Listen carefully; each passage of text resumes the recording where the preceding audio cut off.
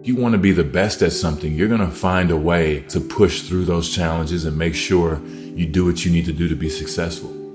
It's all about work ethic. It's all about what you choose to do in life, what is important to you, what is that goal that you're going to identify and go after and say, I'm going to go after this thing wholeheartedly. It doesn't matter what other people say. This is what I feel. It's positive. I love it. You know, the whole world disappears when I do it, and I'm going to channel this thing so I can help myself, so I can help other people. I put the work into this like every day, all day. And then when I'm done with it, guess what I do? I dream about it. I visualize it. I see myself being successful. I see myself hitting those shots with no time on the clock, with a little time on the clock. And anytime I was successful in those situations, I mean, you know, I would always let people know it's through dedication, through your hard work, and through mental preparation and visualization. If you do those things, if you can see yourself being successful in your mind, then it will appear in the physical reality if you're calm and collected when you get the opportunity. If you want to be great, oh man, prepare to get up off that mat. You're going to get knocked down over and over and over. And even when you feel like, I can't be hit this hard. Or if you're down there thinking, there's no way I can get up from this. That's when you're just starting.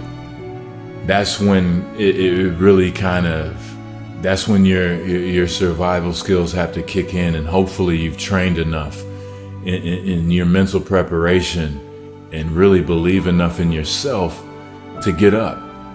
Because, you know, everybody, I think we always said, the easiest thing to do is hold that trophy. That's the easiest thing to do in this process. And that's only going to be for a very short amount of time. The work, the will, the commitment. Like I said, not getting up when you're knocked down. I mean, there's always going to be these struggles or challenges that you have to get over. And the hardest part is, in you trying to be one of the best in the game, there's going to be a tension with it. You have to live it. You have to want it so bad to where you'll sacrifice those Saturday nights or Friday nights with your friends. This is what I'm going to put my time into because this is what I want. The most critical piece of advice that I've ever gotten, and I won't name who, was from a coach. One day all he said, and I'm going to paint the picture for you. I was a rookie. I'm 19 years old. I'm playing with guys old enough to be my dad. I'm getting thrown around. I'm playing a level of basketball that I'm barely hanging on by a nail with, but I'm one of our best players, so I'm playing every night. I want to go home. I'm not used to the cold. I'm getting beat up, but I wouldn't quit. And I was looking for this piece of advice from someone, and all they told me was just like, they would always tell me, hey man, keep going. Just keep going. All the time, every time. And you know, I got so mad because I'm looking for that euphoric feeling from the piece of information that they're about to give me, right? That's what I think we all kind of struggle sometimes, looking for that and putting too much pressure on the situation.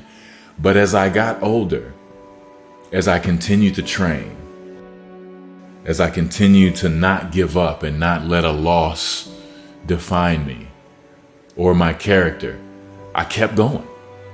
Lose or win, I kept going. And then it really started to click. What he was telling me was, he didn't have anything to tell me. I cannot, I can't sugarcoat this ass whooping. It is what it is. You're going to take your lumps. But if you keep going, if you don't quit, you're going to get better. And you're going to get better and you're going to get better. Hey, keep going. And then after that, you keep going. And then after that, you keep going. because it's about what we do. It's about how we handle the situation. It's not about what happens to us, because things are going to happen. How are you going to separate yourself from everybody else? And I always thought, anytime it got really incredibly hard, I would think about all the people quitting right now and how they're going to feel in a few years, that they're just going to say, man, what if I hadn't have given up? What if I would have kept going? Don't say what if. Please, please, please, please, please don't have the what ifs down the road. You keep going now, and I'm telling you, you'll be in a better place than you would be if you quit. Yeah, back when I was playing, my edge was my intensity. My edge was my focus and my commitment. You know, I put everything into the game. I prepared. I dreamt about it. I visualized it. I always prepared myself mentally for whatever is coming.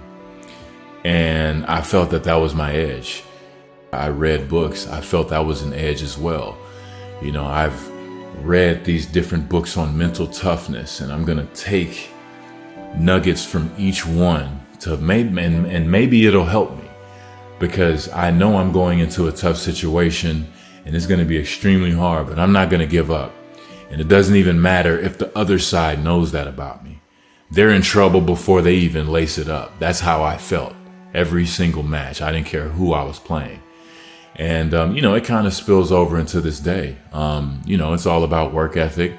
It's all about what you choose to do in life, what is important to you. What is that goal that you're going to identify and go after? Speaking about your career, greatness, 2 NBA championships, and then it's cut short.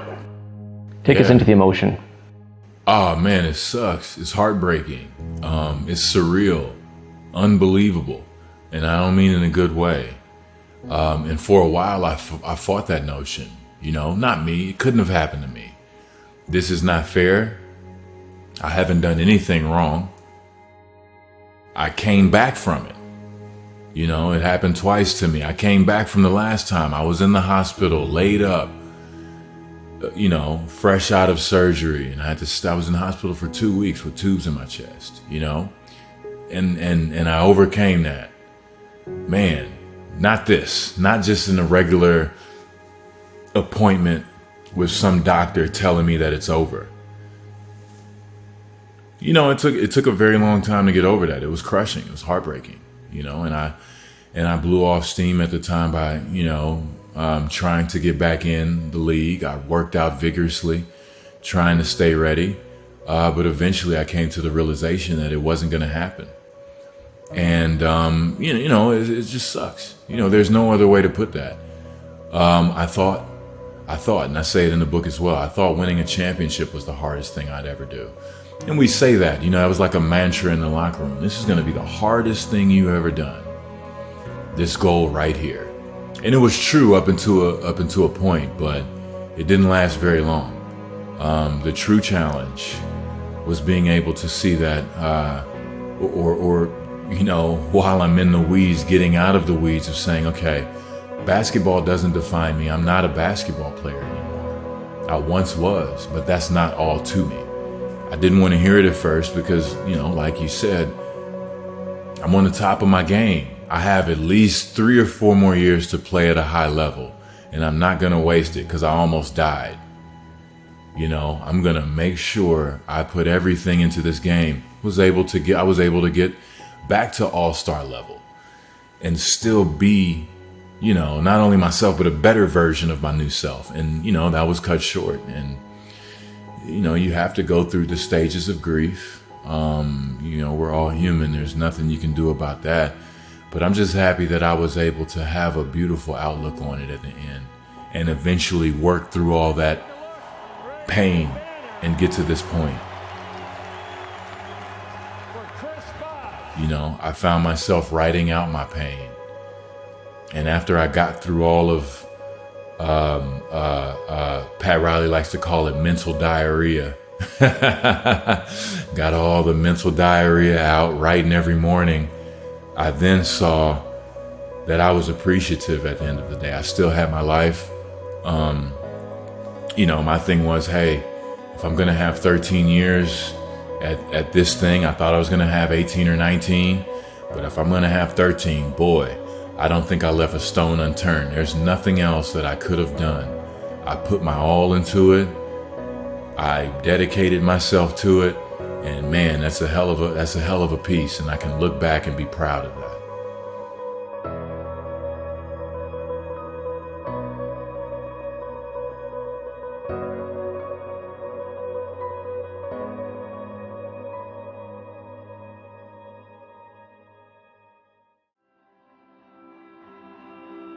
This is from me to you. Everything has went into this. It's a process literally years in the making. And just being able to share this with you, this is the book that I wanted to read before a game. Just to kind of give you some thought into it. And it's meant to help if you're going through challenges. If you have a goal, there will be obstacles in your way. You can climb them, you can run around them, you can do everything, but you're gonna have to put the work in. I'm bugging out because I'm going into the Hall of Fame, and I grew up playing on a concrete court with no net on it. It's just a rim with no net, concrete. I did not have resources. I had people who helped me, whether it was a hot meal, a ride, or opening the gym, and I just had my hard work and dedication. And it's a trip for me to really, really just go backwards and just think of every story. But never ever let anyone tell you what you can't do, because like I said, I was a kid on a concrete court with no net on it, a rim with no net, just playing with my friends, hoping that one day I could aspire to do something great. And this pretty much breaks everything down, just, kind of reverse engineering it, so to speak. So if you're trying to do something great, no matter what you do, if you're even trying to find something great, I think this can really help you. And I really do feel that it'll lead you in the right direction. So please, if you ever get the chance, pick it up, read it, thumb through it, mark it, read it forwards, read it backwards. It doesn't matter. You put your spin on it.